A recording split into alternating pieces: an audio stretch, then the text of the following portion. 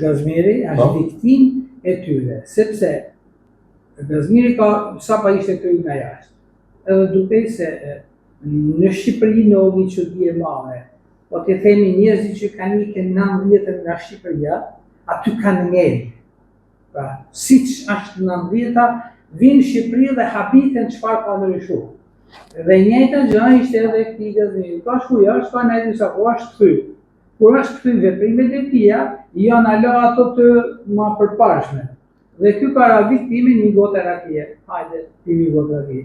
Qëllimi i tyre nuk kanë që ta përfshin Gazmirin, e kupton? Por Gazmiri hajde i pishëm ashtu duke bërë si zbajnë shumë e qetë njerëzit, ka ra viktim e veprimeve të tyre.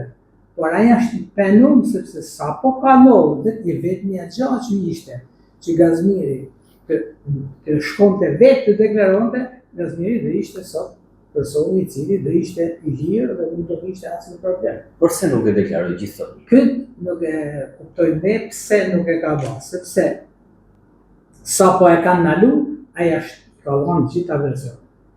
Pra, çdo gjë që ka pas ide prokuroria, i përputhën në thanjet e Gazmirit. Marina Karaj deklarohet e pafaqshme, Besmir Karaj deklarohet i pafaqshëm. Vetë deklarohet, sepse deklarimi i tyre vetë deklarohet. Tani do të pajë çik edhe nga pikpamja e së drejtës, cilësia dhe besueshmëria e dëshmitarit. Shumë e rëndësishme dhe ne i rrim shumë të fakteve. Atëherë, kemi një histori midis Marietës edhe Faikut. Një histori që pretendohet që ka nisi fjalë edhe nga hetimi del si fjalë që kam patur një marrëdhënie ndërpersonale dhe mandej kjo është ndërruar edhe një marrëdhënie financiare dhe një marrëdhënie borxhi.